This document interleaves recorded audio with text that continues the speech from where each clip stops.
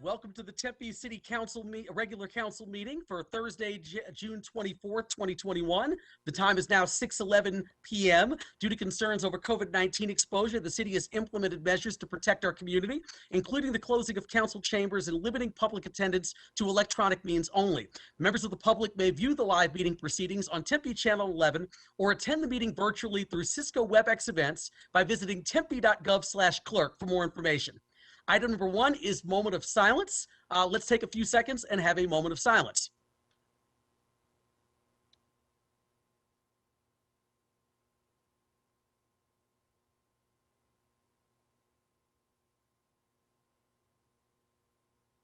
Thank you.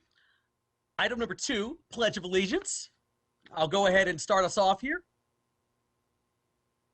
I pledge allegiance to the flag of the United States of America, and to the republic for which it stands, one nation, under God, indivisible, with liberty and justice for all. Excellent. Thank you so much. Next up, item number 3, meeting minutes. Tonight, I will be assisted by Councilmember Cubie. Councilmember Cubie. Yes, Mr. Mayor, move to approve meeting minutes 3A and 1, 3A1. Great, it's been moved by Councilmember Cubie. Do I have a second? Okay. Seconded by Councilmember Adams. I will call for a roll call vote. Councilmember Navarro? Aye. Councilmember Cubie? Aye. Councilmember Garland? Aye. Vice Mayor Keating? Yes.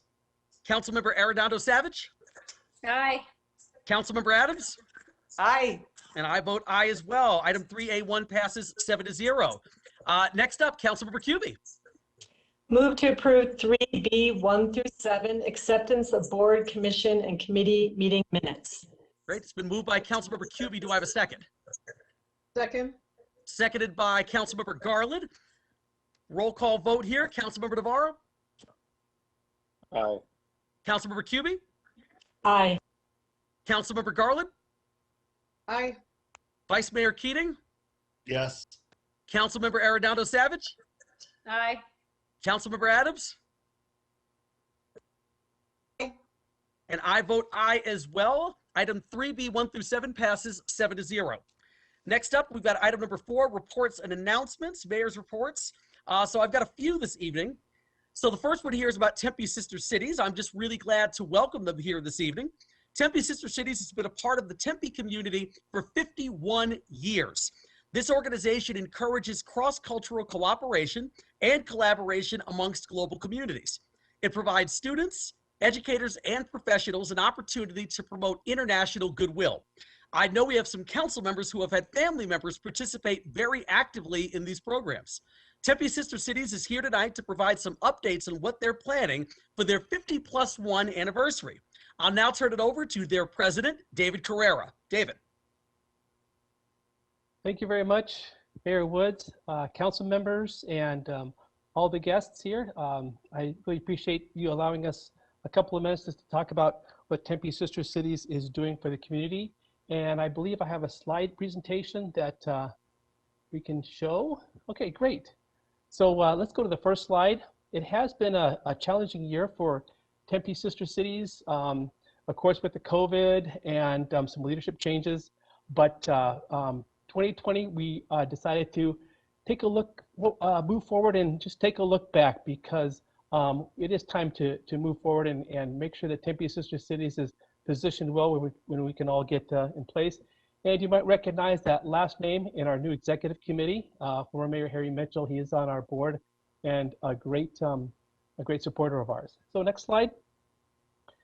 We did have a 4-piece Oktoberfest in 2020. It was virtual, but we just wanted to continue to bring the Oktoberfest spirit to Tempe.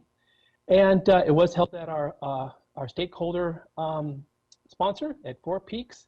And it was a great event. We even had participation from our international sister cities because they were able to see it online. And of course, all the money went to Tempe Sister Cities. Next slide, please.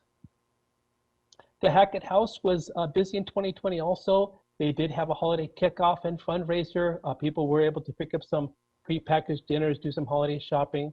We also had a Nutcracker Tea, something we do every year with the Southwest Youth Ballet.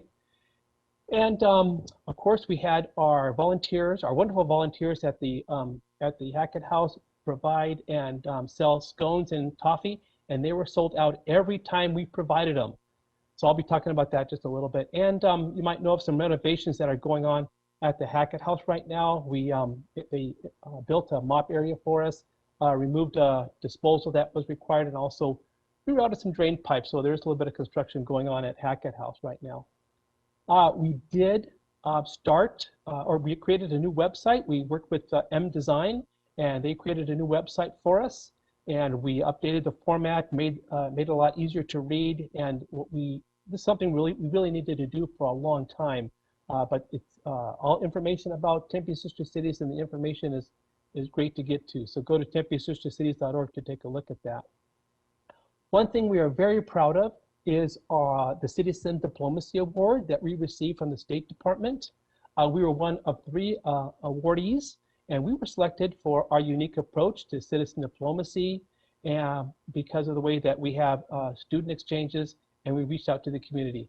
That gentleman on the on the right there is Dean Gambino. He's our first vice president, and we did not call each other and tell each other to wear a gray suit. That just happened by chance. Next slide, please. So we were not able to have our exchange programs this past year in 2020, but we were given the opportunity to the teachers and delegates that they can participate in the 2021 program, which I'll talk about in just a little bit. And we are doing a virtual exchange this year, which kicked off today. Next slide, please. It was key that Tempe Sister Cities kept in touch with all of our membership and our delegates and our key stakeholders and our sister cities. We care about them a lot. So I wrote letters to them, making sure they're okay, and seeing if any of our sister cities needed anything during the pandemic, because we understood that we're all impacted by COVID pandemic, but some more than others. So it was really good to keep in touch so that when we are able to kick off all of our programs and activities again, we can really hit the ground running. So moving forward, next slide, please.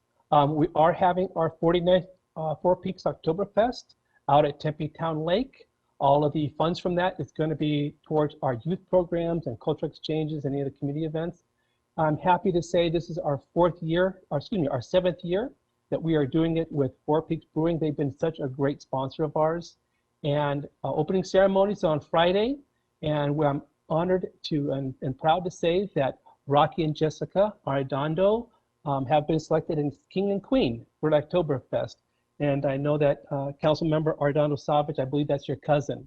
So congratulations to them, and we're looking forward to seeing them at Oktoberfest.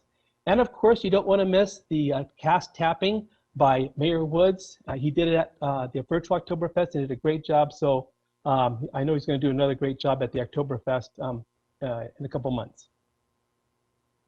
Hackett House, some of the renovations are continuing. The patio was in quite a disrepair. A lot of the concrete has been uneven, and we're getting that fixed, so make sure nobody falls on it. We are having some cooking classes going on right now with 2 award-winning chefs.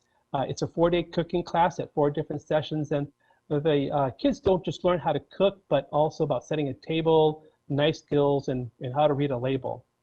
There will be a holiday kickoff and Nutcracker Tea this year, and they've already started making scones, and I put in pre-order now in big letters because they will sell out. So go to hacketthouse.org and pre-order your scones now, and I know you'll love them. We are working with on the Dick and Jane Neuheisel Sister City Garden. We've been working with Craig Hayton, and he's been a great help. And I have BMOP next to his name because you've heard of BMOC, Big Man on Campus.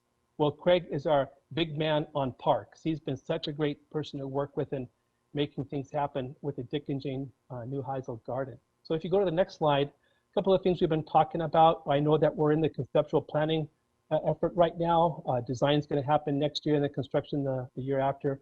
Some of the options we're looking at for the garden is some lighting, making it more secure to hopefully reduce the vandalism there, and also even considering maybe moving it to another part of Kiwanis Park where there'll be more traffic so people can see it and appreciate it and enjoy it. Next slide, please.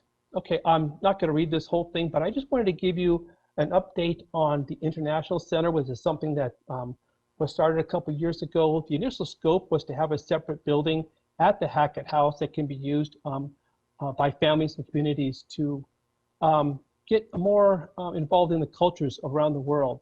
Well, a lot of things were put on hold, including this, because of COVID and also change in leadership.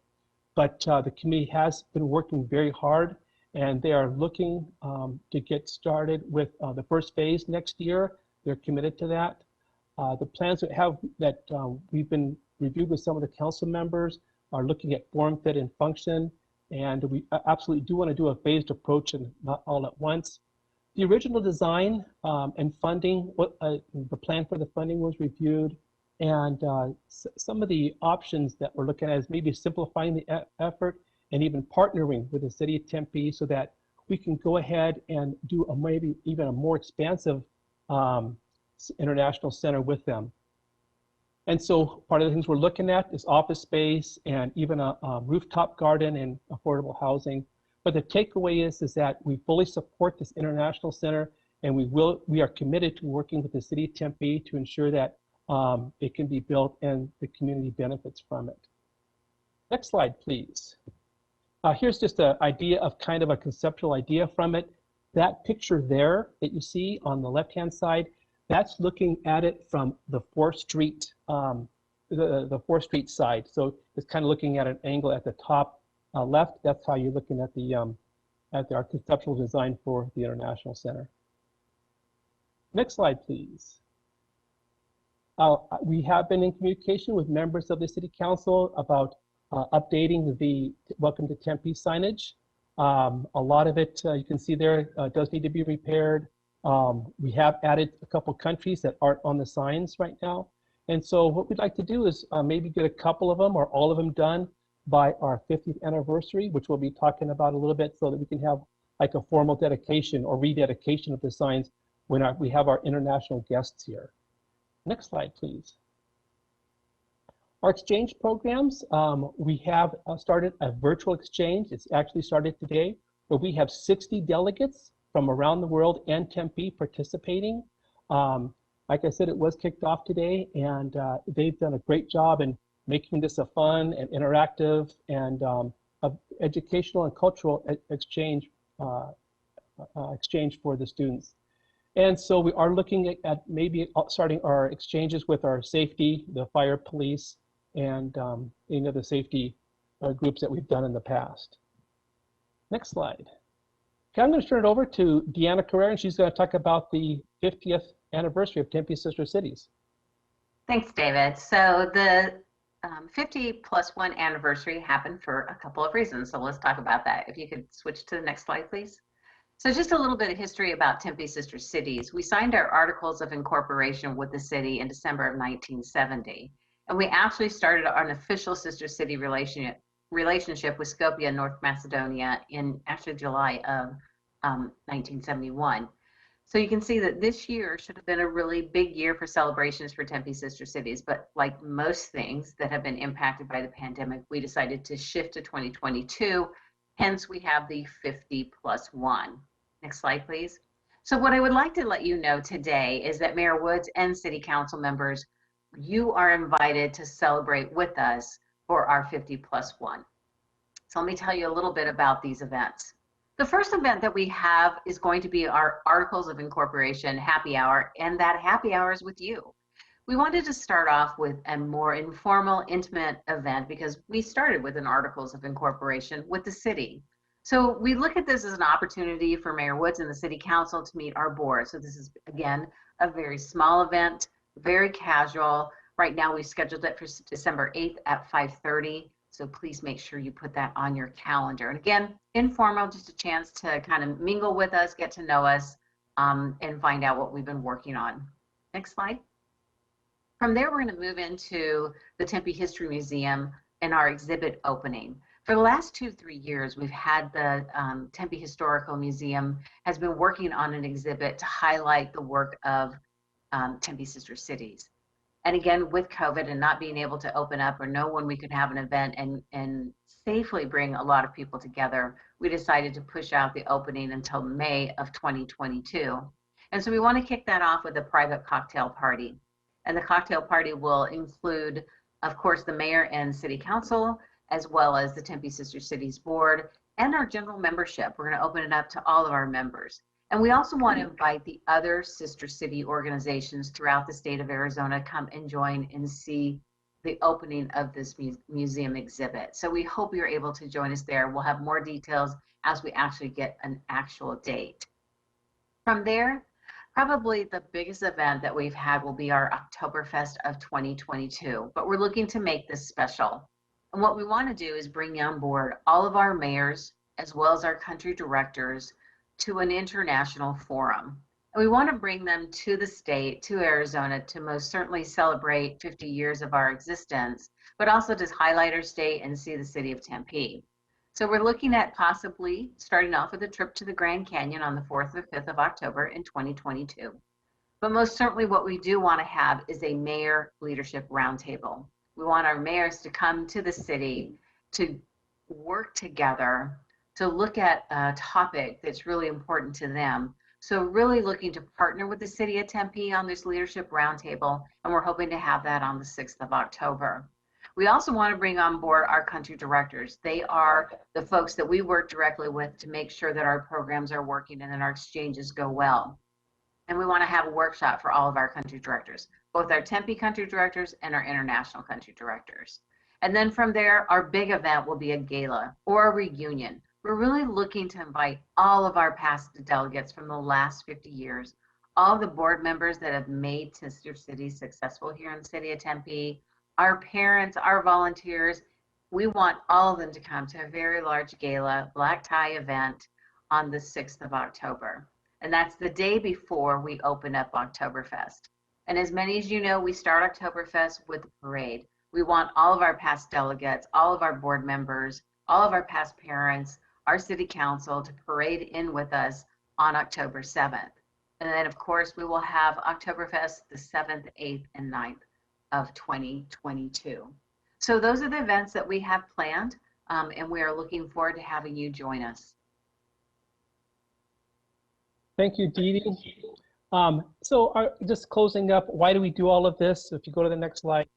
Well, we have some great leadership. The board, the committees, the executive committee, we are all working forward to make sure Tempe Sister Cities is successful and is serving the community. We will continue to work closely with ASU and the Tempe City Council for many opportunities. And we want to maintain that commitment and ownership from all of our support groups, like the City of Tempe and our key stakeholders, like Four Peaks. One thing that what I do want to ensure is that we are going to have quality growth and not just quantity growth. I mean, we can do a lot, but we have to make sure that it's fiscally responsible and also can be supported, not just in the short term, but also in the long term. And of course, we want to maintain all of the partnerships that we have established over the 50 years and want to continue for another 50 years.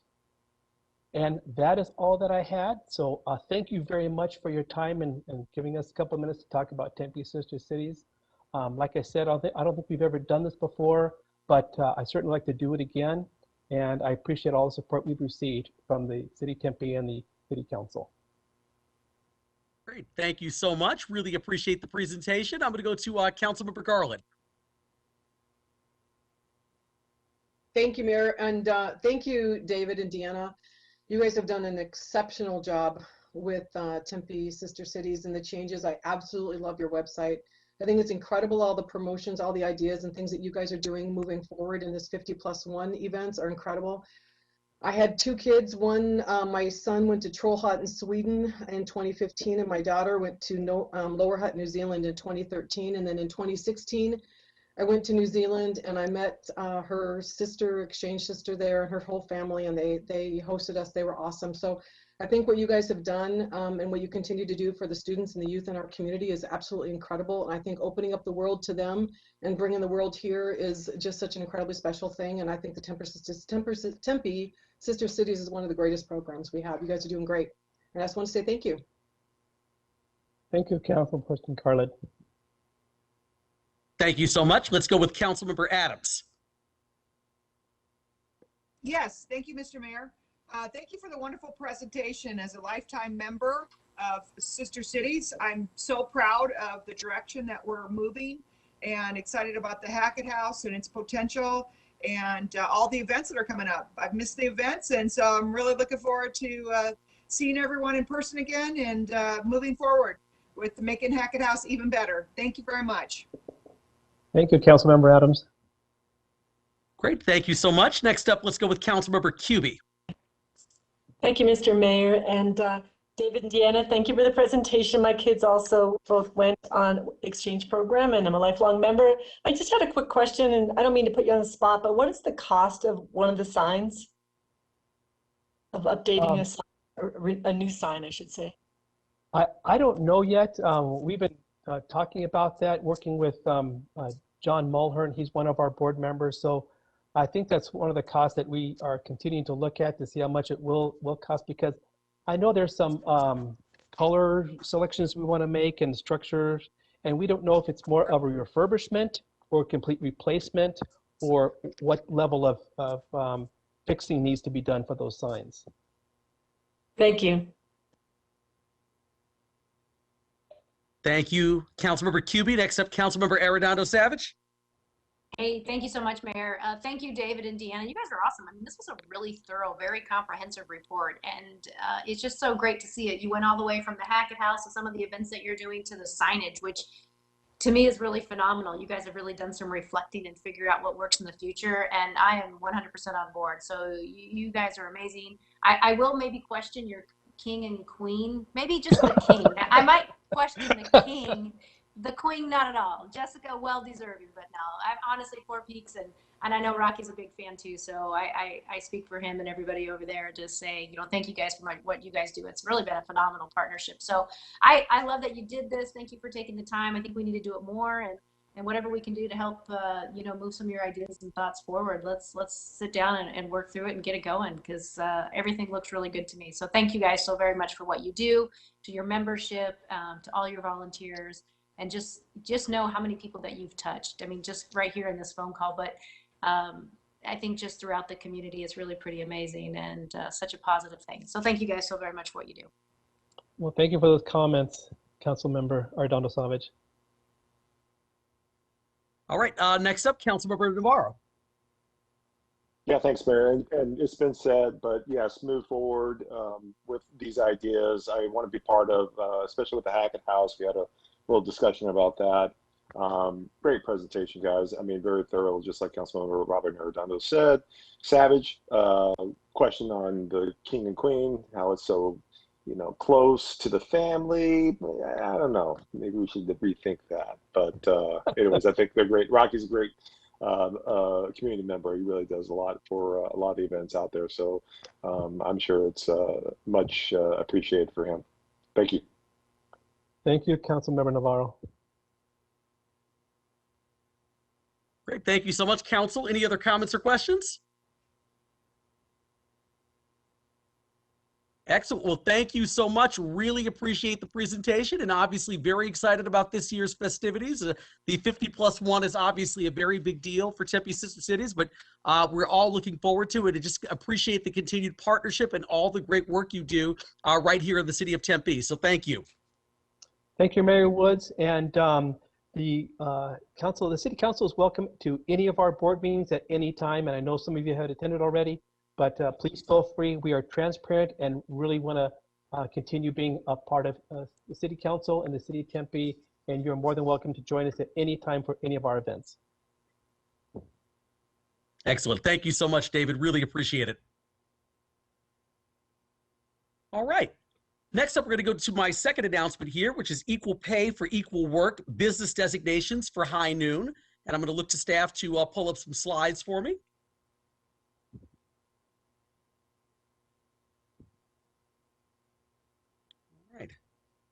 All right, so today we're here to celebrate our newest equal pay business partner, High Noon, who completed the second pillar for our Equal Pay for Equal Work initiative.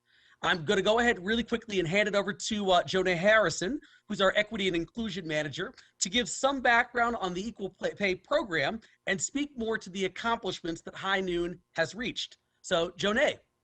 Thank you so Thank much, you. Mr. Mayor. With respect to the Equal Pay for Equal Work initiative, in 2016, the Tempe City Council voted to create this initiative to ensure pay equity based on gender. The initiative includes a process to designate qualifying Tempe businesses as partners committed to equal pay. In its totality, however, this initiative includes 4 pillars of pay equity. They are, as you see on the screen, the first being policy, the second, while we're here today, business designation, third, business education and outreach, and then finally, salary negotiation training. Next slide, please. Again, we're here for pillar number 2, the business designation for High Noon. As you'll see, the business designation pillar of this initiative gives businesses like High Noon who prove that they have less than an 8% pay gap between male and female employees the designation of being a City of Tempe Equal Pay Business Partner. Those that qualify receive Equal Pay Business Partner status, which gives that business the opportunity to use the logo, which you see on the left-hand side of the slide, on their own websites and in hiring materials. Next slide, please. What you'll see on this slide is the very rigorous self-assessment tool that all applicants must complete before being designated an equal pay partner. They submit an online affidavit to the city to confirm their status as an equal pay employer, and High Noon did in fact go through this process. And so without further ado, Mr. Mayor, next slide. Thank you so much, Jonah. On behalf of the Tempe City Council, congratulations to High Noon for this designation. High Noon is a full-service, strategy-led marketing and consulting agency based right here in Tempe. High Noon partners with innovative organizations to inspire and transform through strategy, data, marketing, technology, media, and creative solutions to provide remarkable results across all channels and touchpoints. High Noon embraces challenges, fosters collaboration, and promotes accountability. And every team member is empowered to both lead and challenge. Flexible office hours and schedules, work from home options, comprehensive modern benefits, and generous PTO are just a few of the ways that High Noon invests in their employees' well-being, growth, and career success. Next slide. So when we asked High Noon to speak about receiving this designation, they said, businesses who value and treat every team member with respect and appreciation, invest in their personal growth, and insist on the highest standard of ethics tend to develop great cultures.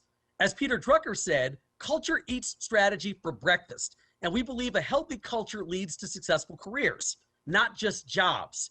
So that's what we're focused on building. The Equal Pay designation is a wonderful recognition that we're on the right track. Money isn't everything, but it matters. And we're fully committed to always doing what is right for the stakeholders that matter, our team, our clients, and our community. And I believe we've got folks here from High Noon with us this evening to say a few words. I see my good friend Ken Bottom on the screen. So Ken, I'll go ahead and turn it over to you. Well, I'm going to yield to my business partner, Scott, and then I will follow up with a few statements. Thank you, Mayor Woods. Yeah, thanks, Mayor Woods, council members, and Janae. Really cool designation. Appreciate you guys having us tonight. We are founded in Tempe. We're committed to Tempe. We've been expanding here, and we plan on staying. We love the city. And I know everybody showed up here to hear me talk for a long time tonight, so I prepared a brief 45-minute slide presentation to talk about our pay strategy and operational logistics with the high. No, I'm just kidding. I'll be really brief. Ken's comments, I think, summarized it all up and said it really well. Money's obviously not everything, but it's anecdotal to what matters, and that's valuing each person for their merit, not based on personal characteristics characteristics such as gender, and valuing each person as a whole, treating each person with respect and rewarding them for their contributions to the organization. When you do that, it's pretty simple, and the result is equal pay for equal work. That's what we've done. We've always done it that way, and we'll continue doing it. So thanks again. It's wonderful for the city of Tempe to have this program. And, I think I speak on behalf of Ken, myself, and our other partner, Joe, that we hope other businesses apply and get the designation as well. It's, it is kind of a rigorous process to go through, but it's a good reflection on it. And we're really excited to be awarded this. So appreciate it. Yeah, thanks, Scott. And again, thank you, Mayor Woods and council members. I just want to add to that not only are we committed to it, but a lot of times you don't realize how well you're operating until you're given the litmus test. So, you think you do things right, you think you're honest on the up and up on things, but then when you're put through this process that the city of Tempe put together, it really affirms that we're doing the right thing and we're treating all of our employees the same. And it means a lot to us. So thank you to you and your team and Janae and everyone for putting that together, because it helps. It helps to know where you're at in that whole thing. As Scott said, we're committed to Tempe. We've been in Tempe for over a decade. We love being partnered with the city of Tempe. And for those of you that don't know, we're actually located in the city of Tempe parking garage right next door. So we're happy to be here. Thanks again for the designation. It means a lot to us. And we're very proud to say that we're a growing agency, 81 employees right in the heart of Tempe.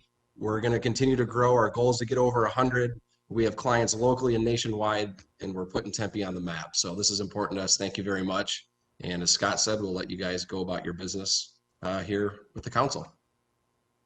Excellent. Thank you, Ken. Thank you, Scott. Really appreciate it. Thank you, obviously, for being right here in Tempe. Thank you for being an outstanding employer and for participating in the Equal Pay program. So congratulations. We look forward to many more years of your success here and getting over that 100 employee mark that you're talking about, Ken. So looking forward to it. Thanks. Thanks, guys. Thank you. All right. Next up here, we have item number 2 for me, which is the City of Tempe Commission and Committee reappointments and appointments. So per the city charter here, where the council is going to be voting to approve board and commission appointments as part of the regular meeting agenda. And that item is listed under item 5A1. Just wanted to make sure I noted that for the record. Next up, we have item 4B, which is city manager's reports and announcements. Mr. City Manager, any announcements this evening? Thank you, Mr. Mayor and members of council. 2 items that I wanted to report on. First, we have administratively made the decision that for all of our full-time employees here at the city of Tempe, that the minimum starting wage will be no less than $15 an hour, with equivalents for those who work non-traditional or longer than 40 an hour work weeks to be adjusted to make equivalents to $15 an hour. We feel that that's an employment best practice in the industry among public sector, and we are committed to doing that. So I just wanted to make that note.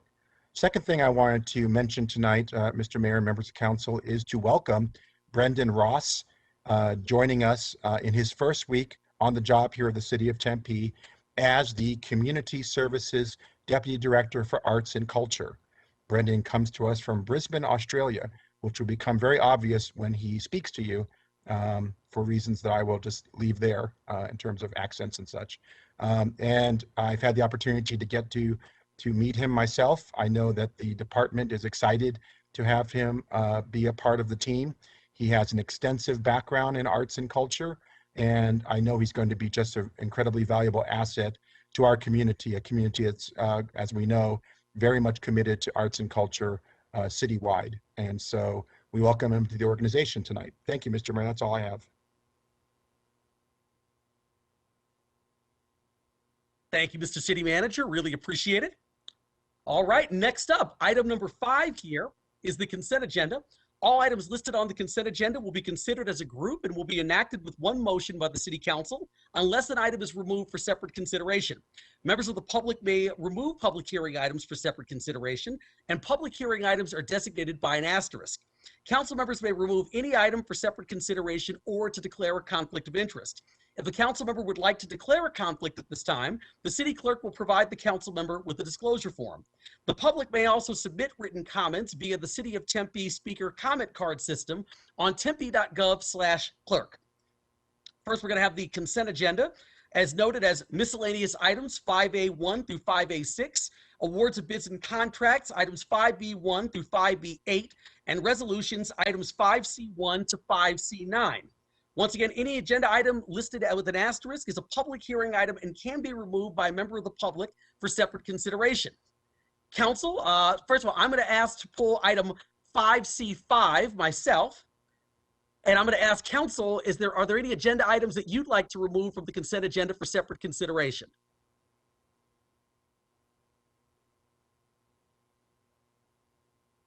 All right, hearing none, I will go ahead and look for a motion for the consent agenda with the exception of item 5C5, which has been removed for separate consideration.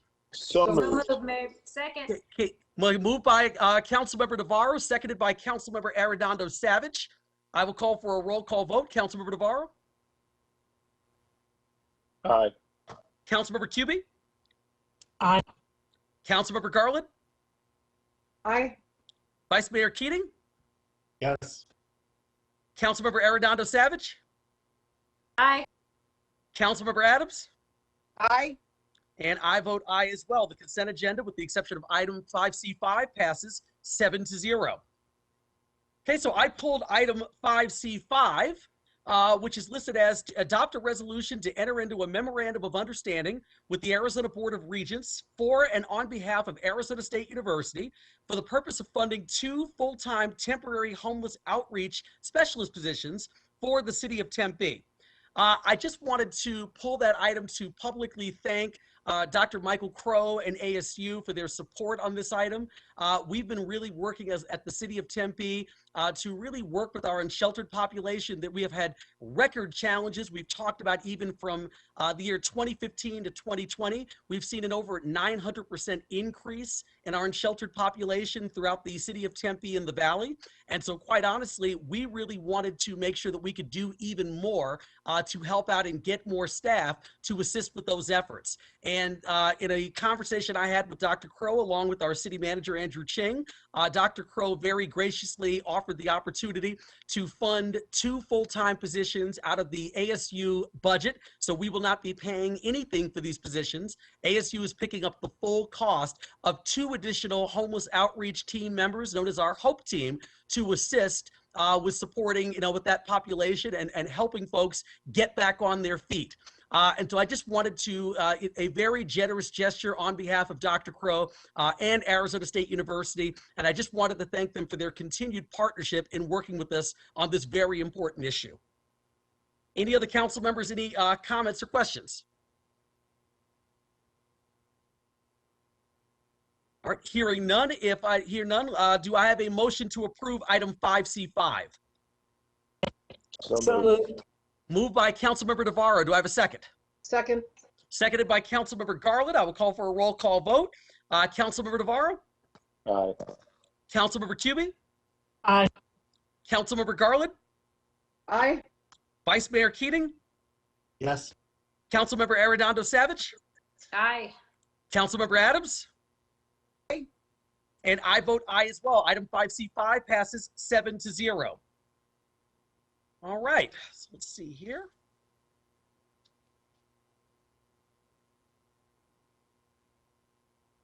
All right, we're going to get then to item number 6, which is the non-consent agenda.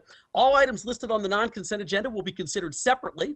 Agenda items scheduled for introduction and first public hearing will be heard, but will not be voted upon at this meeting. Agenda items scheduled for second public hearing and final adoption will be voted upon tonight. Council members who may have a conflict of interest may abstain from voting on a matter, and the city clerk will provide the council members with a disclosure form at this time. The first item under the section is 6A1, which is to award a construction contract to B&F Contracting Incorporated for the Western Canal Interceptor Rehabilitation Project located at northeast of Salt River Project's Western Canal at West Baseline Road. Council, any comments or discussion?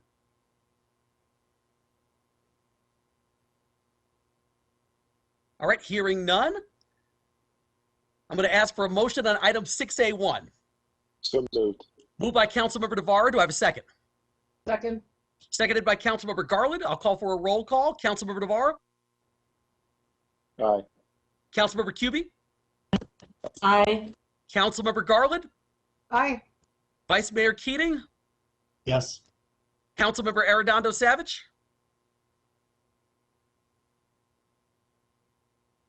Hi, Mayor, sorry. Councilmember Adams, Aye. and I vote aye as well. Item 6A1 passes 7-0. The next item under the section is 6A2, which is to award job order construction contract addendum number 2 to Builders Guild Incorporated, Caliente Construction Incorporated, and Foresight Design and Construction Incorporated to perform on-call general construction services. Council, any comments or discussion? Hearing none, do I have a motion on item 6A2? So moved. Second. Moved by Councilmember Cubie and seconded by Councilmember Arredondo Savage. Roll call vote. Councilmember Navarro, Aye. Councilmember Cubie, Aye. Councilmember Garland, Aye. Vice Mayor Keating, Yes. Councilmember Arredondo Savage,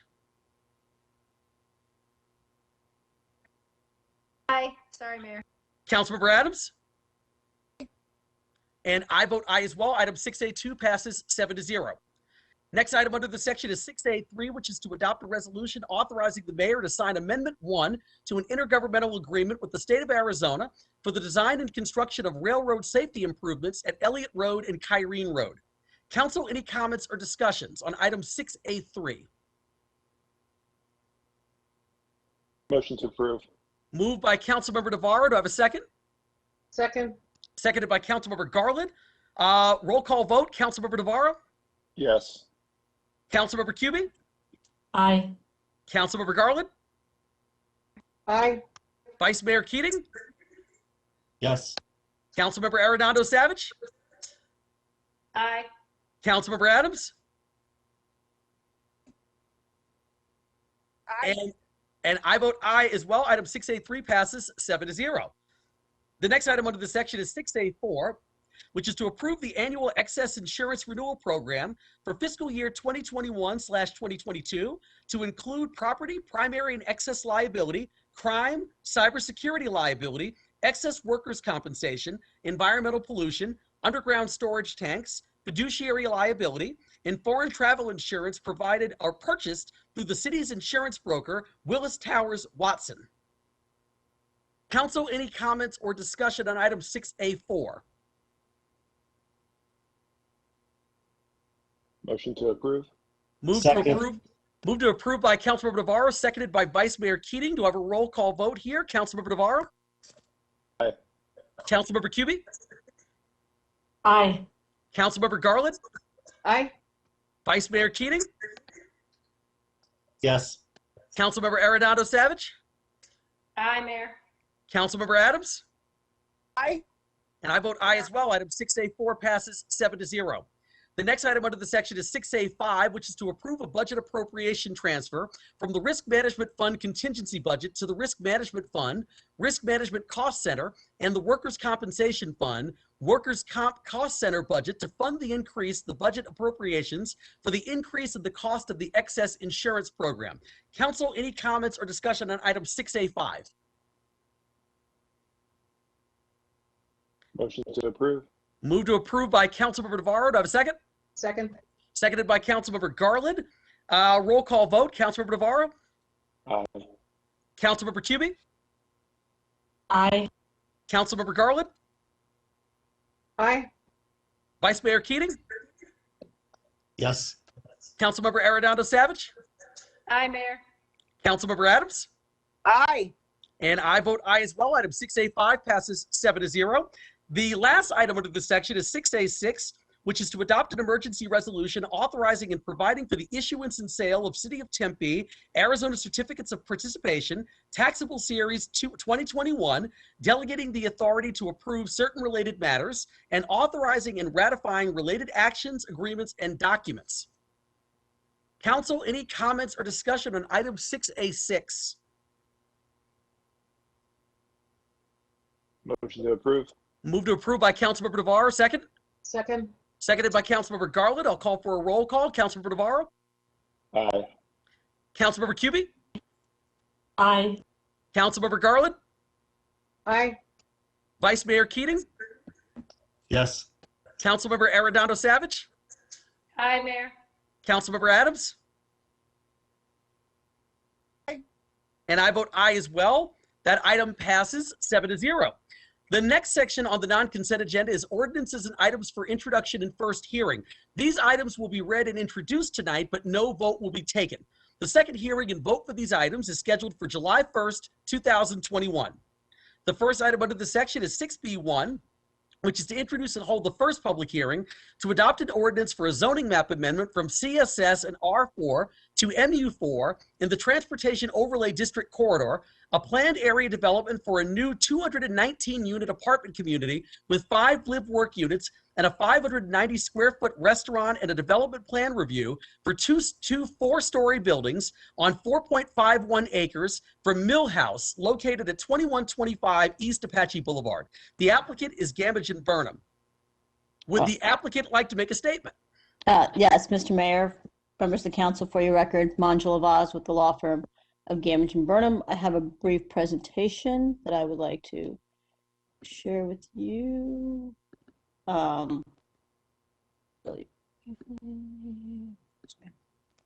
So you can see this? Just so we can. Yep, all good. Okay, perfect. Thank you. I'm here, as I mentioned, on behalf of Milhaus today. With me is Brad Vogelsmeyer from Milhaus and Brian Cassidy from our architecture firm CCBG, as well as Rob Lane from Gamage Burnham. I'm going to make a brief presentation in this introductory hearing. Happy to answer any questions, and certainly as we go forward. Milhaus is a developer of very interesting multifamily projects. Here are a couple of their projects that you can see, and they build kind of in urban centers. You can see kind of Indianapolis and Oklahoma City. And the one I do want to point out that you may also be familiar with is Milhaus is building the apartment deal. They are the developer of the multifamily complex in the County Island at Miller and Curry, and you can see that down here in the lower left. The site that we are talking about today is along Apache, and just to the east of what I would say is a phase 5 of cul-de-sac. Just to give you a sense, roadway in is here. It is not part of the site. The River at Eastland project is right up here. And we are, so you can kind of see about a 4.5 acre site along Apache and Wildermuth, kind of continuing the project and moving kind of project development along the east side of Apache towards Metro 101 is right here. The site itself is, as you can see here, several different uses. There's several automotive uses. There's a older house. There's little mobile home parks that will be renovated and gone away. Here's some surrounding uses. Just briefly today, we're asking for a zoning amendment to rezone 2 acres from CSS TOD and 2.4 from R4 to TOD, and change everything basically to an MU4 TOD, which is similar to the projects that you see along the corridor, and then do PAD overlay, excuse me, and then a development plan review for site and landscape plans. It's a very nice looking project. We think it'll be a really nice complement to what is happening on Apache and just to the east of cul-de-sac. We're developing a 4-story mixed-use building along Apache, then 4-story mixed-use residential, or just mainly residential, sorry, around River and Wildermuth. We have 219 residential units. It's 31 studios, 171 1-bedrooms, 71 2-bedrooms, 5 live-work units, which I'm going to talk a little bit about, and then a 590 square foot coffee shop, which I'll talk a little about on the next slide, and then a resident lobby and leasing space. So as you can kind of see here, and here are some pretty cool pictures. What I really like, and I'm show you a bigger picture kind of the Apache Boulevard area, and it has a nice kind of, maybe we should say, Midwestern feel with porches. You have brick in the sidewalk, brick along the base of the building. These are kind of some of the live work units I'm going to show, and these are both the materials and the landscape are reflective of kind of what the community has kind of described in the Apache area character plan. Then the project itself has numerous resident amenities, fitness center, pool, spa, as you would see, dog park. We also have 260 on-site parking spaces, 212 courtyard spaces, We have 16 on-street parking spaces, specific delivery loading spaces, 212 bike spaces. Again, just a site and landscape plan. You can see nice site. This is the roadway in, and we can talk about, we worked it out. So this is a blank wall and worked out how that may be, we can kind of work with that and how that wall kind of interfaces with our landscaping here along Apache, a lot of landscaping along Apache, also River and Wildermuth, to kind of give a nice feel, landscape feel on all the sides of the building. We have a dog park. We have outdoor kitchen grills, which you would expect in this type of multifamily development. What I think is interesting, a couple of things. We have these live work units, and what we've anticipated and what Milhaus has done is what we're thinking of in terms of live work is not necessarily kind of retail per se in terms of, we don't anticipate like an ice cream shop right there in these live work units. But what we found, and Milhaus has found, and there are other places, especially in the last year, is you have a lot of small businesses, there are PR firms, event planning photographers who have really enjoyed having their own business and kind of want a live work experience. And this works really well for those types of businesses where you only have to sign a 1-year lease. You can try and see if your business is going to work. You don't have to find, even in a small space, an office building, you have to sign longer term leases. The other thing that Milhaus has done is they have a very specific marketing plan to go find those types of businesses. And I think given what's happening to cul-de-sac to the west, this will be a really good, I think it's turning into a really interesting area on Apache that people will, you'll see a lot of synergy of kind of live work and different types of people who want to be part of this area, so maybe start a business here. And then once the business gets off the ground, they can go find other office space, in other area of Tempe or along Apache Boulevard. And then in terms of the coffee shop, just given what we see on Apache for a lot of coffee shops, the plan for Milhaus is that Milhaus is going to build out the entire coffee shop. And then we are going to go find an independent local operator who wants to operate the coffee shop. And we think, again, allow someone local to start up a coffee shop, get established for a year, get a following, and maybe they then go make a larger coffee shop by themselves, whether on Apache, someplace else. And all of this serves kind of an incubator space within these units. So I think that's kind of interesting. And I think kind of even with cul-de-sac and what else is happening at Apache, I think trying to find new ways to have that live work and mixed use experience work on Apache is something that I think we need to start doing. So that I'm happy to be part of this, and we have a plan to go out and find these people. So we're really excited about that. And then just to show you some renderings, this is kind of with the coffee shop. You can't really see, but this kind of, you have indoor, outdoor space, a very big presence here, different materials and articulation. And just to show you, this is along River and Wildermuth. We are going to, I think we've talked to a couple of council members, talked about maybe, and we've talked to Ryan a little bit, as we kind of work through just our building plans. I think we may change out the colors of this red here and try to make pop a little bit more, as we've shown in the other projects you saw. They had some really strong, vibrant colors. And so we've talked to Ryan, and we can do that kind of administratively. We're a really beautiful building, but try to add a little bit of pop. As you all know, I'm a big fan of color, so I'm just try to add some color a little bit to the building. Again, here to see kind of River Drive and what you'd see kind of on-street parking and nice balconies and kind of in and out pops, and you have some patio furniture. And then this is Wildermuth, and then this is some of my favorite area. Just it has a very kind of, if you will, Midwestern feel with the trees, and these are our live work units along Apache, kind of the brick in the sidewalk that I think was really supported by the members of CVAC when we talked to them. And again, here's Wildermuth frontage. And we had a approval of 7.0 and at DRC. And just also we had a virtual meeting, neighborhood meeting on May 4th with 3 people attend. One person asked some questions about live work units and kind of current tenants on the site, which there's a couple that we're working through. And then we went to the Citizens for a Vibrant Apache Corridor, and they have expressed their support for the project. And that's a brief presentation. We certainly would appreciate your support. We've had a great time working on this project, and Milhaus is really excited to have their second project in Tempe. Happy to answer any questions. Wonderful. Thank you so much, Ms. Voss. Madam Clerk, were there any comments received from the public regarding this item, or any requests from the public wishing to address the council on this item? No public comments for this item, Mayor Woods. Okay, I will close the public hearing. Council, any comments or discussion? Remember, this is only the first hearing. The second hearing and final disposition is next week. So any comments or discussion?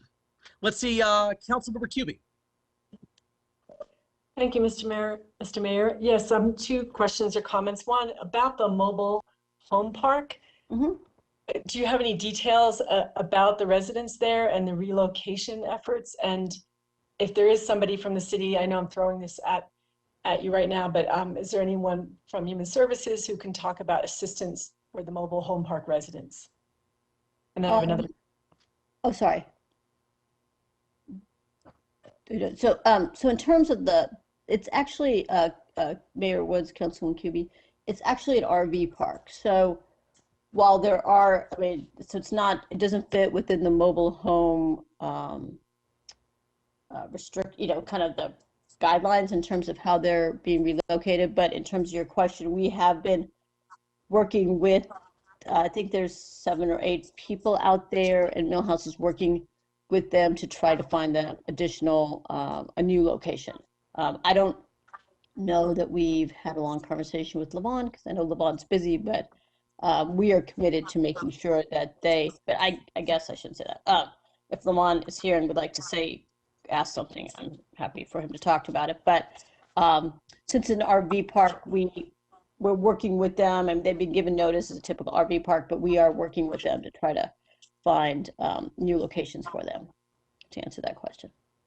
Thank you, I appreciate that. And my second question is that looking at the parking, it's just screaming out covered solar parking. We are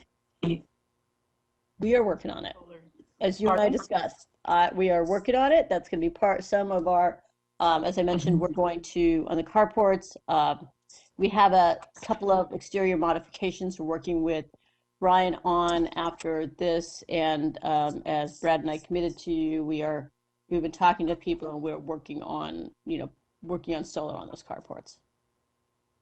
Yes, if any other council members could chime in on that, if there's interest, I'd appreciate it. Thank you. Thanks, Manjula. Sure. Thank you, Councilmember Cubie. Let's go to Councilmember Arredondo Savage. Thank you, Mayor. Much appreciated. Thank you, Ms. Voss. I appreciate the presentation. I thought it was really good. And, overall, I really like the project. I think it's great. I think you guys did a really nice job. And I know, Mayor, just hold on to your hat right here, because I want to say I do support the idea of adding a little pop color to it. So I think that's a great idea. I definitely like that. I've come a long way, I think, in regards to some design elements. So thank you for that. Ms. Voss, I'm just asking in regards to leasing. Are you guys going to be doing it per unit, or is it going to be more student housing per bed? Oh, no, this is a market rate multifamily development. Nothing, it will not be anything, nothing is by the bed. But we. Yeah. Okay, good. No, I just wanted to ask and just confirm, get it on record. And I think it's really good. I think you did a good job. And the one thing I would really ask, and I appreciate sustainability, but for me, because it's on the light rail line, I would rather see instead of maybe solar, really working to try to encourage the residents within the development to utilize multimodal transportation. So maybe is there a way you could work with Valley Metro and maybe offer some type of a Metro card to really encourage people to use light rail, to use bus, Orbit, whatever it may be, and kind of make that something that is implemented and expected within the development. I think that would be, just a great idea. And I know Valley Metro now is a lot more open to that idea than they used to be. So if you could at least maybe entertain that thought, I think to me that would be a really good benefit. But other than that, I really like it. And I do like that the walkway white, like you mentioned too, it looks nice and cool and shaded. So thank you for that. Yeah, no, of course, Mayor Woods, Councilmember Arredondo Savage, yes. We talked about it, and Brad and I have talked about it and started to reach out to Valley Metro, but that is going to be certainly part of our rental plan. And we will also implement, working with Valley Metro to get, I think, as you know now, the developer passes so we can offer discounts and certainly encourage our residents to use all the multimodal opportunities around them, both light rail and the bus and certainly biking. So yes, I mean, we are fully committed to doing that. Thank you very much. Thank you so much. Just a quick comment for me, then I want to go to Councilmember Garland. I actually like the suggestions from both Councilmembers QB and Arredondo Savage. I love the notion of trying to do some solar on the carports. I think it's a great thing to do, given that we are the state in the country with the most natural direct sunlight. I know we obviously can all feel that over the last couple of weeks with the temperatures really getting pretty warm out there. So I would love to see if there's some way to accomplish that in this development. But I also agree with Councilmember Arredondo Savage. I would also at the same time like to see if there's a kind of partnership or some educational efforts we can do with Valley Metro, as well as our City of Tempe transportation staff to really encourage people to ride the light rail, the new modern streetcar when that comes online, bus rapid transit, and frankly, all the other amenities we provide here in the City of Tempe. So I would love to see both the solar on the carports, but I also agree with Councilmember Arredondo Savage that we have to do everything we can to continue to push multimodal transportation. So those are my comments. Let me go to Councilmember Garland. I can just say ditto for what you said, Mayor. I agree with Councilmember Kubia and Manjula. Thank you for mentioning that that you guys are looking into solar. I do think that's a great idea. So thank you for saying that. And I do agree with the multimodal thing. And I have to say that I love the sidewalk picture that you said looks like something in the Midwest. That looks really beautiful. I love the big trees, and I like it. So thank you.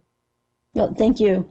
Yeah, thank you for all your comments. We will work on both. I mean, we are committed to working on both, and certainly have received those comments before, and we've been working with them. And while we were texting, I was also texting with Dr. K, who's going to help me on solar. So I think, so, and Levon also reached out to me. So I will talk to both of them, but I'm sure that we can work it out for everybody.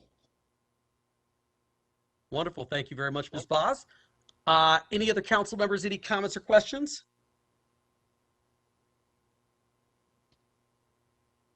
All right, seeing none, I just wanted to remind everyone that this is only the first public hearing. The second and final public hearing on this item is scheduled for July 1st, 2021, so a week from today.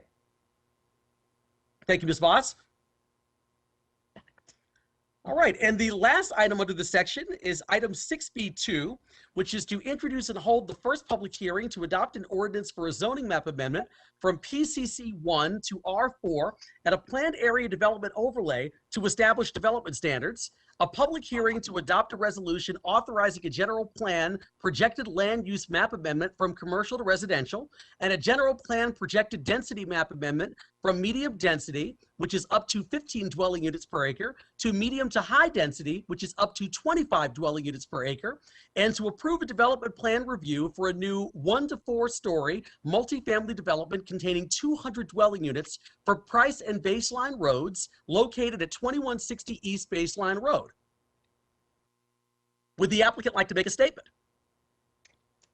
Yes, Mr. Mayor, members of the council. Again, long time no see, Ms. Voss. I know, it's been a long time. Hold on, let me see if, again, share this presentation, and I have a presentation. Okay. Oops, let me start from the beginning. Sorry about that. Okay. Again, for your record, my name is Manjula Vaz with law firm of Gamage and Burnham, 40 North Central. I am here today on behalf of Trammell Crow. With me from Trammell Crow is Matt Ensler and Carl Hershey. In addition, we have Doug Sexton, who's our architect from Todd & Associates, Chuck Wright, who's our traffic engineer from Kimley Horn, Rob Lane is here. So when we are all happy to answer any questions. I know there's been a lot of questions about this project, but I hope we've been able to answer them as we've gone along. Just briefly, Trammell Crow, as you probably know, has been in the multifamily business for over 40 years and has created over 250,000 premier multifamily residential communities. This is just to give you a brief picture of some of the different Trammell Crow communities, the 3 and 4 story communities in Texas and in Atlanta and Boulder, just in terms of the both design that they have. The site itself, as you know, is about 8 acres at the northwest corner of 101 and Baseline. And you know what we've kind of worked through this site, and we've been doing this since 2019, and I'm take a little bit to tell you a story.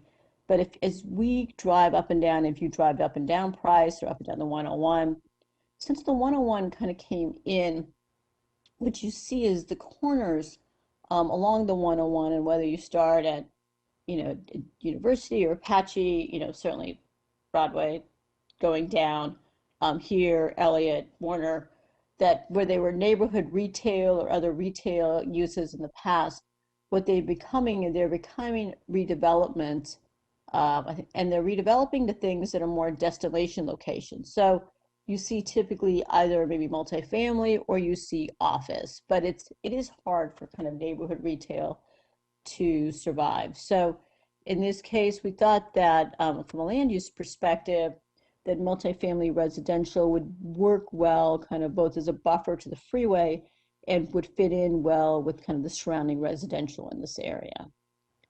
To give you really a brief picture of the site, which I think we're all familiar with, the top 2 pictures correspond. Pictures 1 and 3 are pictures of the center, and then picture 2 and 4 are pictures along the western edge of the center, but also show you Bala Road, which is the road that divides the center from Continental Villas to the east, the townhouses, or west, the townhouses to our west.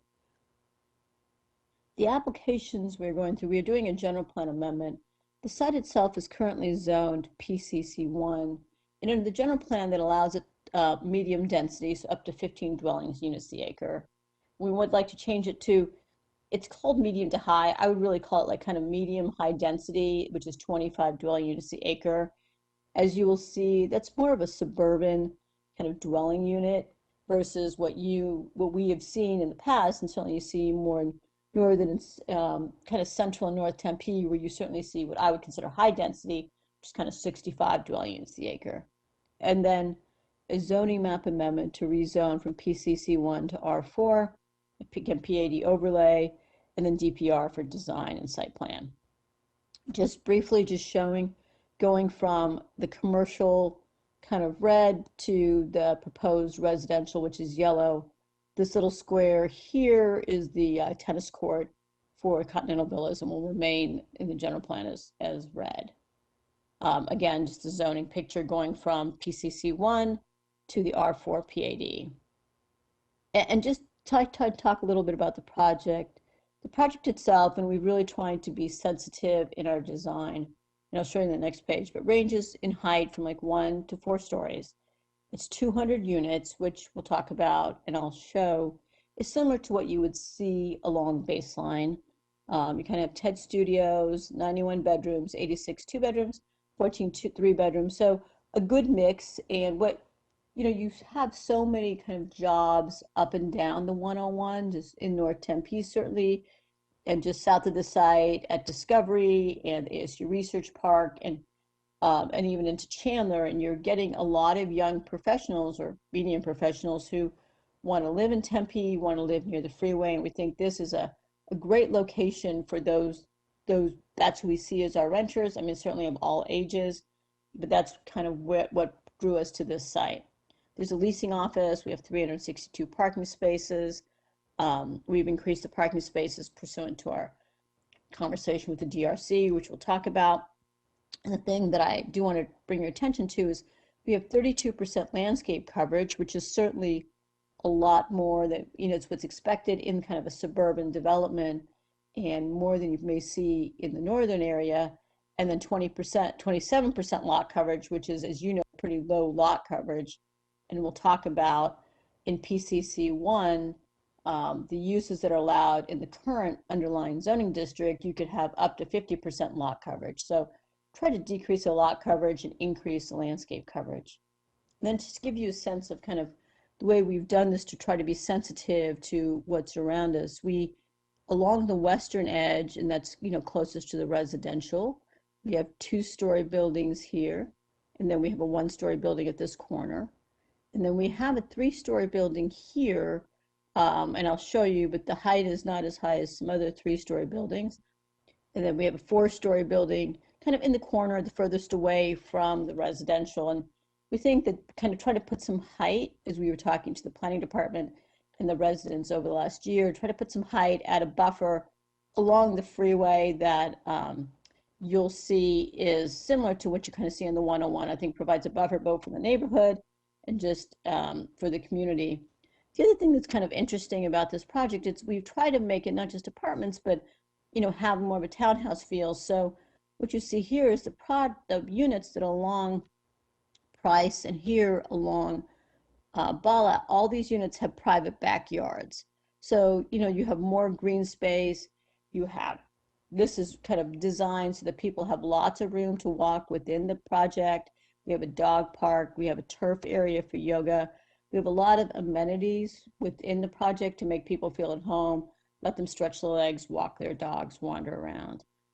And then just to show you a couple of things. In terms of building heights, the building height allowed in PCC1 maximum building height is 35 feet. And so we were sensitive to that. So the building heights here, the 2 stories, the top of the building here is 20 feet, which is similar to kind of what's on the western edge in terms of the 2 stories of Continental Villas. The top of the parapet is 28 feet. So this building, is generally shorter than what could be allowed, except for a little design element at 37 feet. But generally that building is shorter than what's allowed in the underlying zoning district. And this residence, as you can see here, is 102 feet from the residence to the west. This building, this 3-story building, is 164 feet from the residence to the north. And between that, this right here and the north, we have covered parking, carports, and this carports to the north, plus landscaping as a barrier. The closest point of residence that we have in the 3-story here is about 114 feet from the north. But these units here that are the closest to the residence to the north do not have units, not have windows or balconies facing the northern, looking to the north. All of these balconies look to the east. So you won't have people looking to the north, and if they're concerned about, as residents look north. And then again, along the and the 3-story, the top of the building of the 3-story is 31 feet, but again, is shorter than what's allowed in PCC1 if this was to be a different type of building. And then again, it's taller building, 42 feet at the 4th-story, the furthest away from the residence. So just to give you a sense of the heights in the area. I'm going to turn it over to Doug. Carly may have to let Doug Sexton be a panelist. I just wanted to have Doug give you a brief review of the design of the building. Maybe, Doug, if you can talk for 2 minutes about the design and tell me what to move.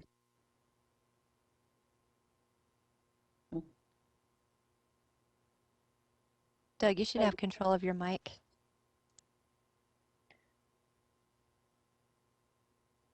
Can you hear me now? Yes. Okay. As Manjula was saying, and it was mentioned in the report, the buildings are contemporary in nature, and we've worked hard with the developer and the staff to integrate high quality materials in the project. We have lap siding you can see on the corners there, along with integral colored block that we've taken up to the higher levels of the building on certain balcony pediments.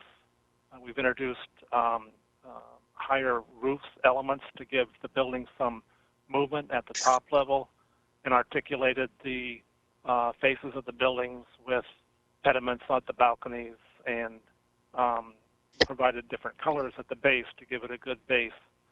And the landscaping is pretty extensive on this site. We've got a number of shade trees planted along baseline as well as Price to help provide shade along the sidewalk for pedestrians. And if you go to the next slide, please. This slide view is taken from the southwest corner of Bala Drive and Baseline, looking back at the 1-story building, which is where the leasing office is. and that across the parking lot from the leasing offices, the 4-story building, again, you can see the angular roofs that we've introduced.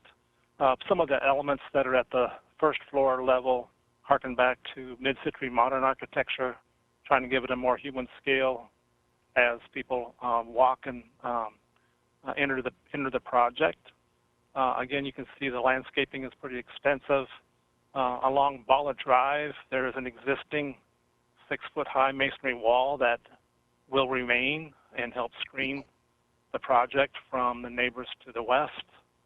And then if you could go to the next slide, please. This view is taken from Donner Drive, looking back at the site, at our 2-story building.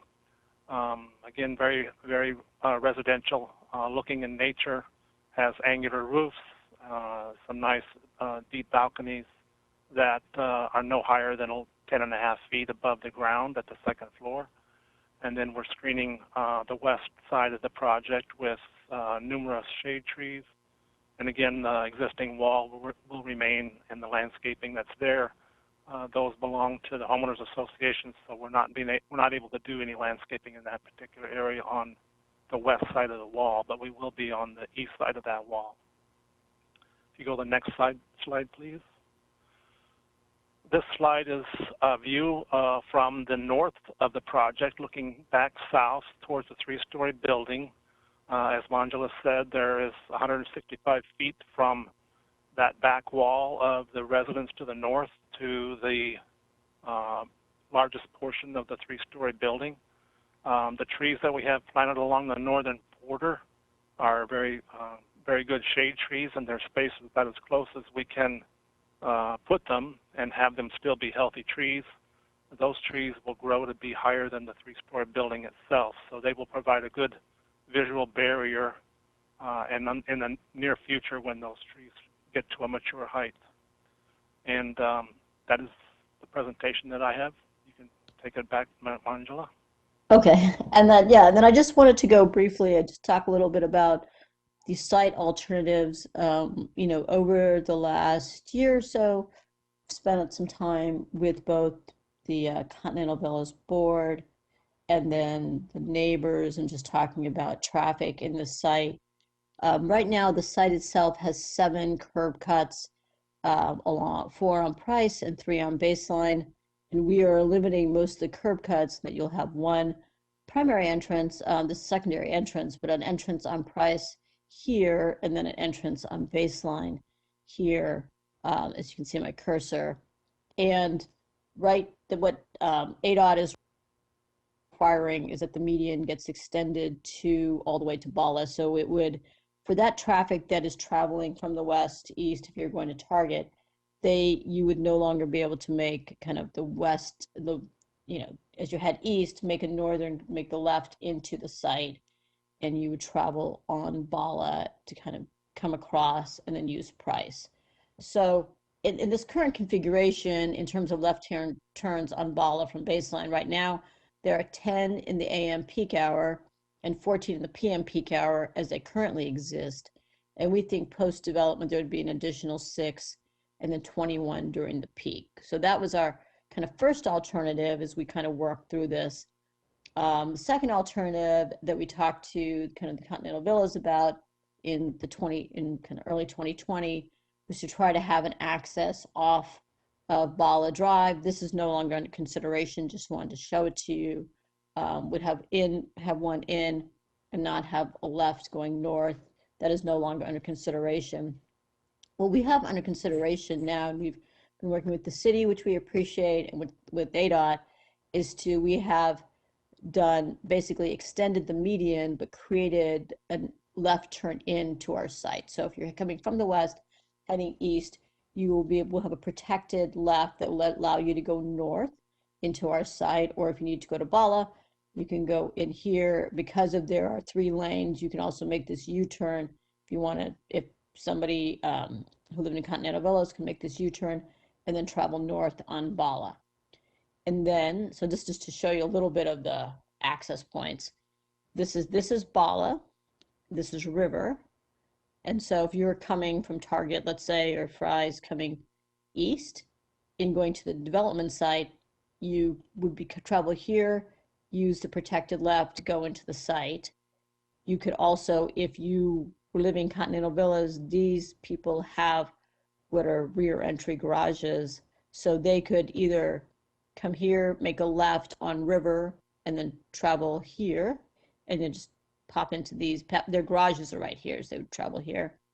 Or they could come here, make a left, and travel onto Bala as they like. And then if you want to make a left out of Bala or make a left out of the development, you could use River, which has the full turn, to make a left, head east, or you can make a right and kind of go around. But that's kind of what we have worked through with everybody to try to keep as much traffic off Bala, and that was a concern of the neighborhood.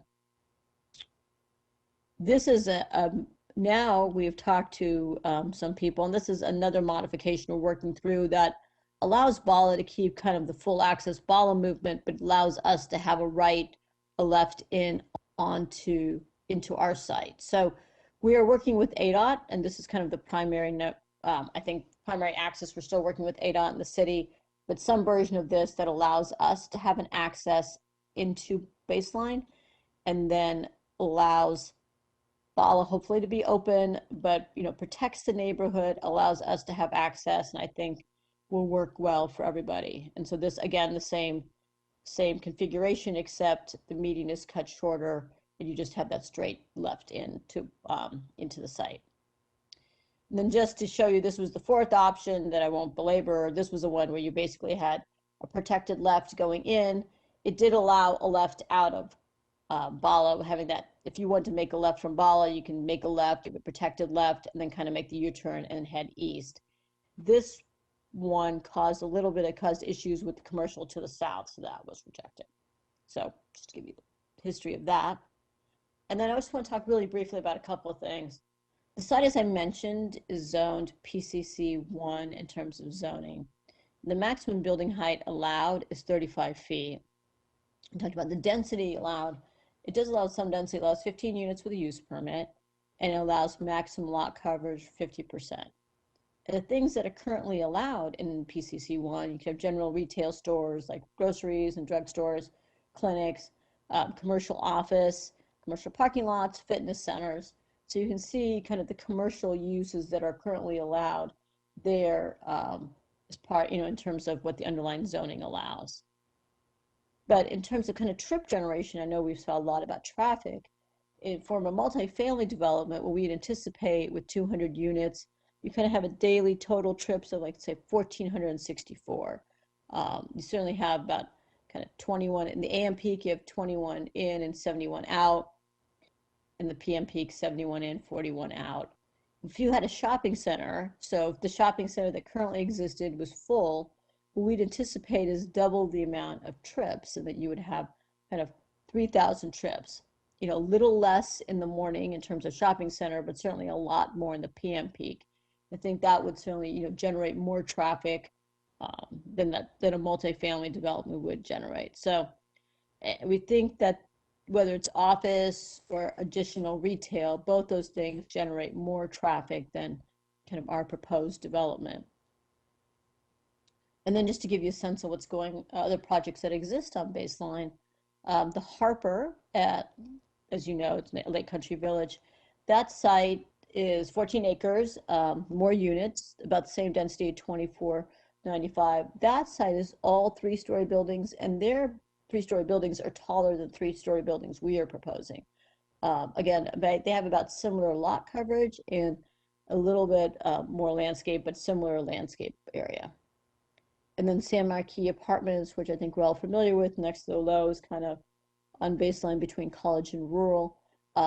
Very similar project, 10 acres, 224 units, and they have 12 3-story buildings. Their 3-story buildings are a little taller than ours at 40 feet, and their lot coverage a little higher than ours, landscape coverage a little higher than what we're proposing. And then just to give you a couple of pictures of what you see up and down, just the heights, just to give you north and south, the heights along the 101, just to show you kind of how we were proposing some height along the 101. And then finally, as I mentioned, we've been talking about the site for a long time. COVID made it take a little longer. In 2020, we were able to have 3 meetings with the Continental Villas Board and talked about different options. And then earlier this year, we've had 3 neighborhood meetings. With that, we had the 6-1 vote at the DRC, which we certainly appreciate, and increased the parking spaces to 362 spaces with the DRC recommendation. So what we're talking about right now is 362 vehicle spaces, 40 guest spaces that are designated guest spaces. We have a residential parking ratio of 1.61 per unit, which works out to a little over, 1 space per bedroom. We don't think we need exactly 1 space per bedroom, but that's, I think, works well kind of for both the DRC and the city, and I think the community. So with that, I appreciate your time. I know it was a little longer presentation, but I appreciate you indulging me and happy to answer any questions. Great. Thank you, Ms. Boz. Really appreciate it. Councilmember Navarro. Thank you, Mayor Woods. Yeah, Manjula, it's a great presentation. Thank you for taking the time doing this. Obviously, this was a issue that I've been hearing about through the neighbors in that area and voicing their concerns about what was going to be presented and how it was going to be presented. Can you just briefly, how did the neighborhood meetings go? How many neighborhood meetings did you have? Can you briefly touch on that real quick? Yeah, Mr. Mayor, Councilman Navarro, we've had 3 neighborhood meetings. We've had between, I would say the first meeting we had, 40 people attend, and then we had 30 people attend, and then we had 20 people attend. The first meeting was really, most of the meetings have been about traffic and about access on Bala and what we're doing to fix, most of Bala. Some people, we want to talk about multifamily, but most of it is just, I think, a lot about how the traffic patterns will work. And that's what kind of moved us from, we spent the first year talking to the board a lot about, maybe we could have some access on Bala. When that wasn't going to work, we just had a couple of meetings to talk about different alternatives, which is how we got to alternative 3. Were the neighbors part of the discussion of the different movement of traffic, or was that just kind of something you guys came up with and they accepted? Yeah, no, we came up with it and I broached it to them, and different versions of people like it, but I think generally I don't want to speak to all of them. I think change is hard. They don't all want change, but I think they appreciate, and I guess they can talk about it, but I think they appreciate my effort to try to make sure that they aren't getting I'm going to stop sharing for a second. That I think they appreciate that we're trying on the traffic. I mean, once we kind of talk through what could be there and what couldn't be there, I think they appreciate that. Right, and that's going to be I know I'll hear some more and probably have some more questions, hopefully throughout the week, if they do come up. I know that, obviously what's there right now, it's one of those things that concerns me too. The other side of it is you get a retail center that's kind of struggling, and then you're starting to get, obviously as a landowner or property owner of that place, you obviously need to make money. You're going to pretty much take anything when it gets to that point. And then you have those retail items that are probably not the best looking in the neighborhood, or, concerns that might draw in, different crowds. So, I see a project here that has some value to it, and it also increases, what we see and where we want to go to as a city, getting families in here, trying to move in, seeing the neighborhoods, hopefully move into a house as housing becomes available, but another option for the neighborhoods and for the schools, which is a plus too. I see that as the construction on the freeway side, 4 stories, it's appropriate towards that. It also offers that barrier for the neighborhoods, with the freeway noise. So not so great for the people who might move in right next to it, but it's, the options that they have. I think, I'll have more questions if they do arise, just to keep you posted on that. It looks like a decent project as it is. I'm really pleased with the amount of vegetation that's being put on the project. My question is there anything, or is that just a code ordinance that you guys are going to stick with. You have a tree canopy, and I love what you guys are presenting to me, but when a tree dies, we have a replacement program that's continuous, that we don't have to, hopefully work through, but it's a continuous program that if vegetation does die, there is within a certain time frame the planting of that new tree to replace that old tree if that does happen. I would like to see that in there as an agreement, or if it's just one of our city code, maybe we have staff answer that question. But that's a real big concern, because when projects like these come in the neighborhoods over time, vegetation kind of goes. We want to make sure that sticks, and we want to make sure that the value of the property sticks with the value of what we're trying to achieve with right-of-ways and things like that. So yes. No, I'm sorry, I didn't mean to cut you off. No, go ahead.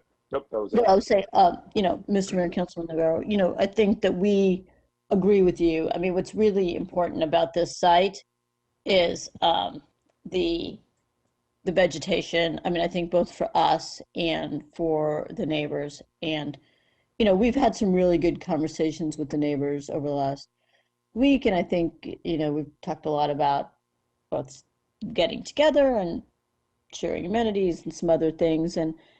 But vegetation, and what we're really proud of is the vegetation. And yes, first there's a code, but secondly, I think, Carl just mentioned from a Trammell Crow side, Trammell Crow is going to be a long-term owner of this. They will be managing it, and certainly be managing the vegetation, which is important, I think, to the overall design of the project. And how the project feels is a lot about the vegetation. I mean, that's one reason why the landscaping is high. When I've talked to the neighbors over the last 6 months, one thing we've talked about is, we have we have turf area, we have dog parks, we have yoga lawns, we have turf areas for you to walk and try to create a little bit of a park feel within the development. And so I agree with you, and we're certainly committed in terms of landscaping. Thank you. Thank you. Great. Thank you very much, Ms. Voss. Councilmember Navarro. Before we get to the rest of the council comments, I just want to check with the city clerk to see if there were any comments received from the public regarding this item, or if there were any requests from the public wishing to address the city council on this item. Mayor, I do have one request, and it's to be read into the record. Okay. It's from Ms. Candace Toller of Tempe. And Candace writes, I recently attended a well-known neighborhood organization meeting. As I was on the agenda, the attendees were encouraged to ask questions and offer supportive advice.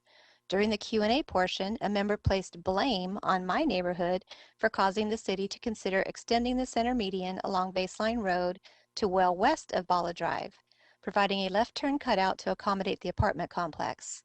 Our HOA didn't have the votes to sell a section of our common area to provide a main entrance for the apartment complex. So, because we didn't give the bully our lunch money, he gets the city to block the lunchroom door. It was our fault for not negotiating. And that concludes the public input. Great. Thank you so much, Madam Clerk. I'll go ahead then and close the public hearing. Next up, I'm going to go to Councilmember Cubie. Thank you so much, Mr. Mayor, and thank you, Manjula. And I also want to thank you, Mr. Mayor, for bringing together some residents earlier this week. Liz from Cole Park and Candace from Continental Villas, and Manjula. Manjula, you're always willing to meet with residents. I know you met with them a number of times. I so appreciate that. And I so appreciate Jennifer Adams, I know, was out there touring all the properties, as was Councilmember Garland. So I know there's a lot of council members that are really committed to working with neighborhoods and getting a project the neighborhood can really embrace. And we know that's an area that's very sort of run down, shall we say, and underused. It seems like the mixed commercial isn't really working there. But I do have some questions. And one is, when you said alternative 3 for the traffic option, I know that has been the main objection in the neighborhood. Is that the one that opens up, keeps Bala open? Yeah, I'm trying to keep Bala open. So hold on, let me see if I can do this again. This thing was. But I mean, where the median doesn't interfere with. Yeah, so we're still working with ADOT, but that's where hopefully I think both could get your help and Corey's help. But yes, that is our goal. I'm glad to hear that, because when in talking to the residents, that seems to be greatly preferred, because it keeps, it holds the people who need to use BALA, it holds them sort of harmless. I think. Yes. I speak for all the neighborhoods, but I think that's great. Thank you. Yeah. And I so appreciate that you took concerns about the northern end of the property and realized that there are no windows on the third floor, so there won't be an issue of people looking into someone's neighborhood, into someone's house. So that's a good thing. And I know that talking to the residents, though, that there are concerns, and hopefully we can work with them. But one is that I know in Bala, there'll be landscaping on the west side of your property, but on the other side of that wall, it's pretty barren. And I know at one point the neighborhood was interested in applying for a Marion Quarter grant. And I realize that you need to probably get permission from the elected board of Continental Villas, but it seems like that side, that eastern side of Bala could really use some landscaping, not necessarily trees, because the trees are, there'll be a lot of shade on the western end of your property, but some landscaping and lantana, whatever the neighborhood wants, but something that it looks very barren and kind of cold and awful there. And I think that's something the neighborhood would appreciate. So maybe a further discussion. Yeah, no, Mr. Mayor, Councilman Kibbe, thank you. We've had I've had some really brief discussions, and both from Carl and Matt, and I think, some landscaping. I mean, we're happy to give, with to the HOAs some, additional funds to just do a little bit more landscaping in that area, as they like bushes and lantana. I think would be nice, as they would like to do. Thank you. And then, looking at those angular roofs, you can't help but think about, if not solar, then solar ready. I mean, it's relatively easy and inexpensive to make those southern facing angular roofs solar ready. So is that something you could look at? Yep. Yes, we will take a look at it. And then there's also been requests for rainwater collection for, I'm not sure if that's possible, and charging stations. I know, under the American Jobs Plan, if that gets approved, and there'll be incentives for developers to install electric charging stations, but I'm hoping you can look into. Although I can't manage to pick it up, we have charging stations already planned on the site. Okay, that's great. That's great. Yeah, we're all good on that. And then we had discussed, when we had that meeting with neighbors the other day, the fact that sometimes when you Google from, let's say, North Tempe to the Siamese Cat, which is the restaurant there, it doesn't take you, it takes you onto Vermont. And and know it will be a real difference if the address is on Baseline, though. I think if the address is on Baseline, it'll likely take people south of McClintock and east on Baseline, or south of McClintock and then toward toward Price. So you're also going to affirm that that's possible, that we'll have an address on Baseline for the property? Oh yeah, absolutely. Yes, the leasing office on Baseline, our main entrance is on Baseline, the address will be on Baseline. Thank you. And then the last thing, and this is probably more of a city issue, but looking into, I think there's concern of the residents that of parking on Bala, and I don't know if that's an issue that our folks can look at, about possibly having no parking on Bala. That obviously have to be approved by the residents in a local way.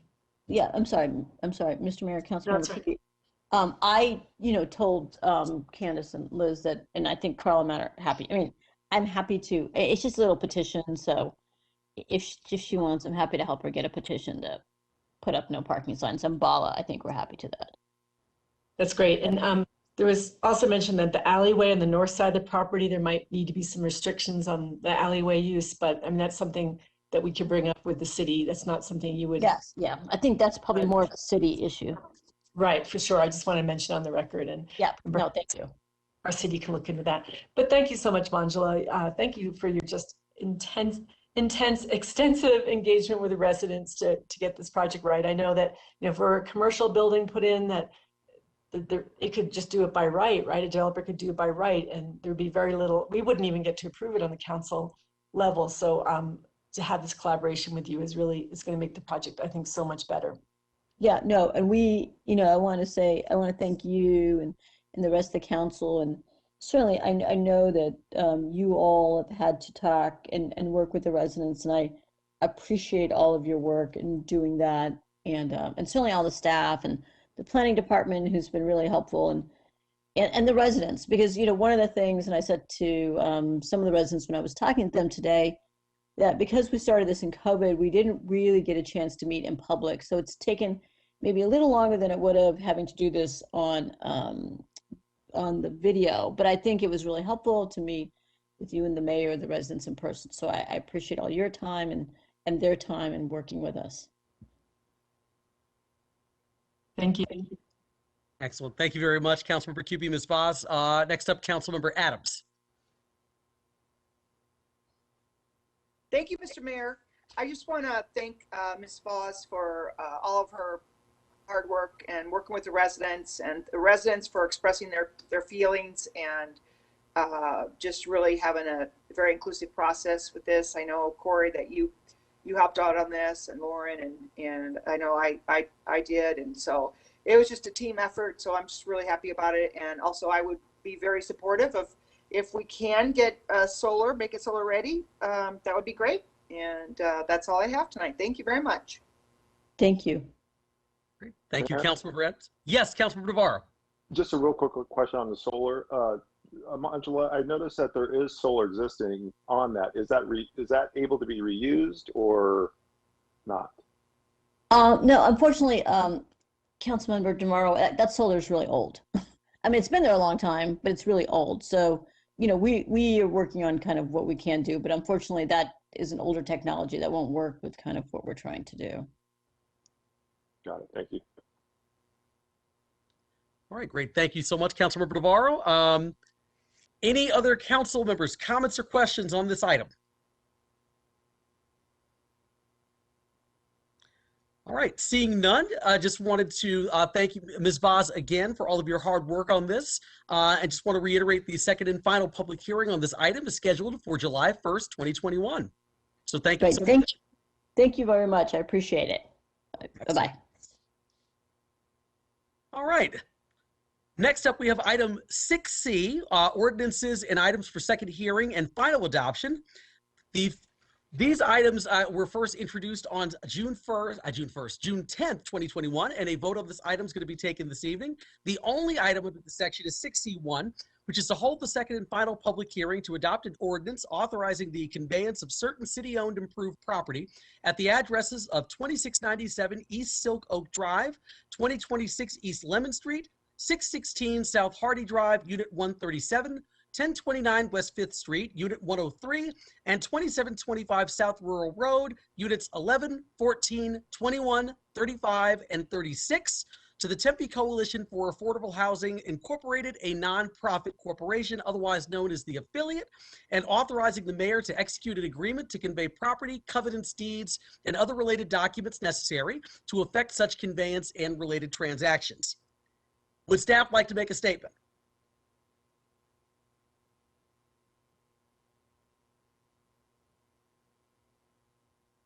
All right, hearing none. Madam Clerk, any comments received from the public regarding this item or any requests to speak? No submissions for this item, Mayor. Okay, I will close the public hearing. Council, any comments or discussion? No comments, Mayor, but I move approval. Wonderful. Moved by Councilmember Arredondo Savage. Do I have a second? Seconded by Councilmember Navarro. I'll call for a roll call vote. Councilmember Navarro? Aye. Councilmember Cubie? Aye. Councilmember Garland? Aye. Vice Mayor Keating? Yes. Councilmember Arredondo Savage? Aye, Mayor. Councilmember Adams? Hi, Mayor. And I vote aye as well. That item passes 7-0. Next up, item number 7, current events, council announcements, and future agenda items. I will go ahead and call upon the council members for their comments, and I will start with Councilmember Adams.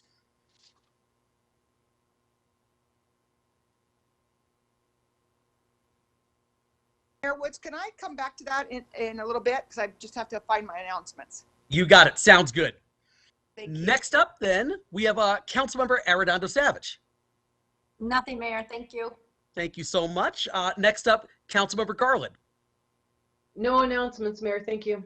Thank you. Next up, Vice Mayor Keating. Nothing for me, Mayor. Thank you. Thank you. Next up, Councilmember Cubie. Thank you, Mr. Mayor. Just two quick announcements. as they're being shared. The child tax credit through the Biden administration is available now, and it will be monthly payments. So it's, if you have a child under 6, you get $3,600 over the course of a year, and child 6 to 17, $3,000. So you can, it's important to know that if you pay taxes already, they will be automatically placed in your bank account. But if you don't pay taxes because you don't earn enough to pay taxes, you need to actually apply. This is really important information to get out, and we need to reach out to communities of interest and communities, the same communities we reached out with the census, actually, because it's so important that people find out that they're eligible, even if they don't pay taxes, if they don't pay enough, earn enough to pay taxes. So you can sign up at childtaxcredit.gov. Please do this by July 15th. And I know the city is working hard to get this message out, because fundamentally the child tax credit program is an anti-poverty program that will have such impact, not just in our city, but our state and the country. Thank you. And the next one is about our climate action plan. Dr. Braden Kay in the Office of Sustainability and the fellows and the students he's working with have had so many public engagement events over the past week even. And there's another one coming up two coming up for businesses. But please go to tempe.gov, climate action, and learn more about how your voice can be heard. And starting on the 22nd, there's a forum, online forum about our climate action plan. So please participate. We already have the East Valley's first climate action plan, but this is climate action plan 2.0. And we want as many people to participate and give input as possible. And so far the engagement has been so amazing, and I give full credit to Braden and his staff. Thank you so much, Braden. Thank you very much, Councilmember Cubie. Next up, Councilmember Navarro. Just one real quick. I just want to recognize a good friend of mine, also family, big part of our community, Randy Guzman, who just suddenly passed yesterday, and we'll be missing him. He was also a Marcos Music student back in the day, but he was a great person, and got involved with us over here. So just my thoughts and prayers go out to him and his family. Thanks. Thank you, Councilmember Navarro. Next up, and Councilmember Adams. Yes, thank you, Mr. Mayor. I appreciate it. I do have several talking points. First is Park After Dark at 6th Street. So the Downtown Tempe Authority has started this, and it is wonderful. I had the good fortune of going last Saturday night, and they had great music and all kinds of arts and crafts, and it was really, really fun. So they're going to do this every Saturday night throughout the entire summer from 7 to 10 p.m. So I really would really encourage everyone to check it out. And it was just a beautiful environment, and there's beautiful lights all over. It's super cool. So anyway, I just would encourage you to check that out. And the second announcement is Tempe Playlist Jam is this Friday, June 25th from 8 to 11 p.m. at the Tempe, the unique Tempe musical experience will be at the Tempe Sports Complex. And that's at 8401 South Hardy Drive, Tempe. So bring a chair and a picnic basket and enjoy the showcase of 6 Tempe-based musicians. So that's neat that they're going to be local musicians. There's something for everyone. So come on down and check out the Tempe Playlist Jam on this Friday night. Okay, thanks, and have a great night.